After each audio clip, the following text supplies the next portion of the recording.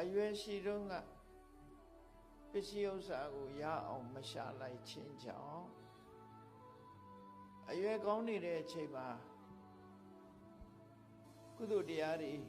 ကိုချင်းတရားကောင်းမွန်မှုတွေမလုပ်ခဲ့ခြင်းကြောင့်ကိုချင်းတရားကောင်းအောင်လည်းမလုပ်ခဲ့လုပ်တဲ့လုပ်ထိုက်တဲ့ကိုချင်းတရားတွေမလုပ်ခဲ့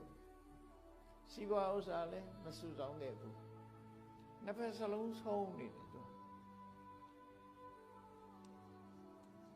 စီးပွားဥစ္စာရှိရင်တစ်ဖက်ကတော်သေးတယ်လို့ပြောမှာခုကစီးပွားဥစ္စာလည်းမရှိဘူးကိုကျင့်တရားဘက်ကလည်းအားကိုးစရာမရှိဘူးဘယ်ဘက်က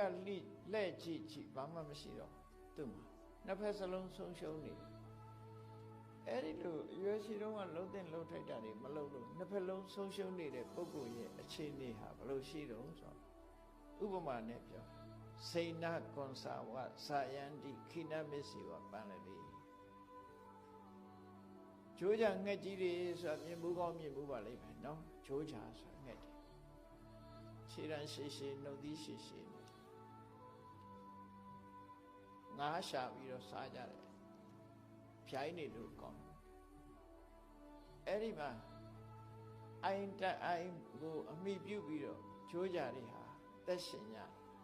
အဲ့ဒီအိုင်ထဲကငါးရှာပြီးတော့စားကြတယ်အေးပြန်နိုင်တန်းနိုင်တော့ကဒီအိုင်မှာရေခမ်းရင်နောက်တိုင်အိုင်သွားလို့ရဒီအိုင်မှာငါးကုန်ရင်နောက်တိုင်အိုင်ရွှေ့လို့ရအဲ့တော့ဒီဂျိုးကြငှက်ကြီးတွေကအိုမင်းလာပြီးတော့အတောင်တွေပဲကျွတ်လာတဲ့အခါကျတော့ဟိုအိုင်ကနေဒီအိုင်ကိုပြန်သားနိုင်ခြင်းမရှိကြတော့အတောင်တွေကျွတ်ပြီးတော့အသက်အရွယ်ကြီးလို့အိုမင်းလာတဲ့အခါ